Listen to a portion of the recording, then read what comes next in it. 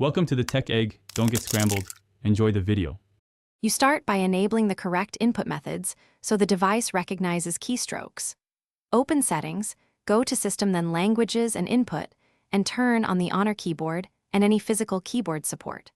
Once done, install or update the official keyboard app from the Play Store to get the latest patches.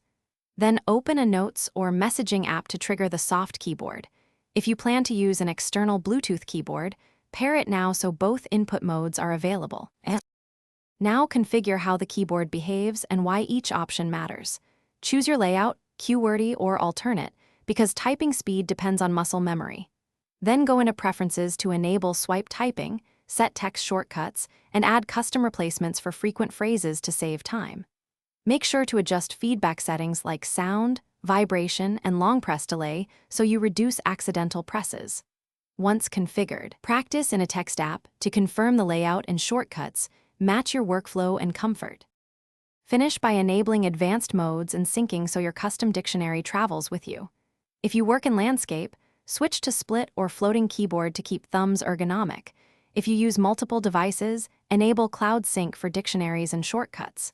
Make a final pass through language options to add secondary languages and switch keys. If something breaks, first restart the keyboard app, clear its cache, and toggle the input method. If issues persist, reboot the tablet and repair any Bluetooth keyboards. Thanks for watching. Consider subscribing if I helped unscramble your problems.